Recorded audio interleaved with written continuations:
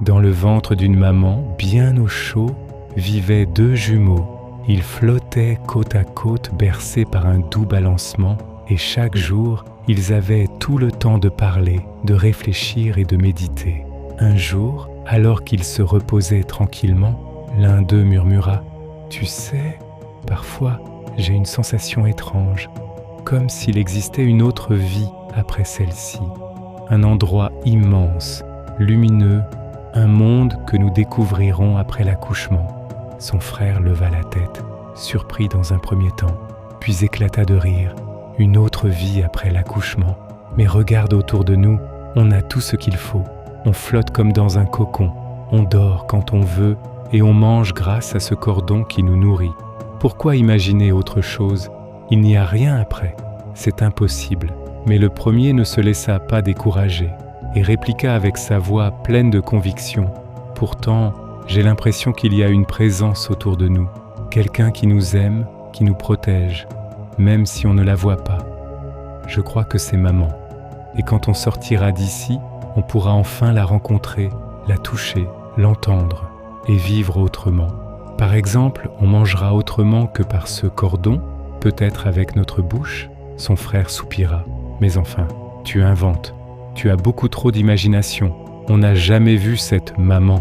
Personne n'est jamais revenu nous dire ce qui se passe après l'accouchement. Quand on quitte cet endroit, tout s'arrête. On devient poussière et c'est la fin, c'est tout. Les jours passèrent et les jumeaux continuaient leur discussion, l'un plein de doutes, l'autre plein d'espoir. Puis, un matin, tout changea. Leur petit univers paisible se mit à trembler. Une lumière forte, qu'ils n'avaient jamais vue auparavant, entra dans leur monde. Ils se sentaient tirés vers quelque chose d'inconnu. Le jumeau croyant en maman sentit son cœur s'apaiser et était impatient.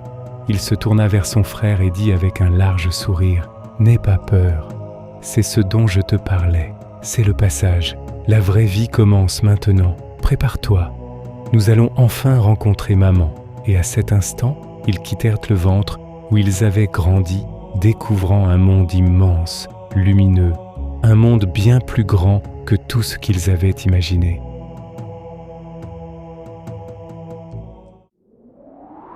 À retenir, ne te limite jamais à ce que tes yeux voient.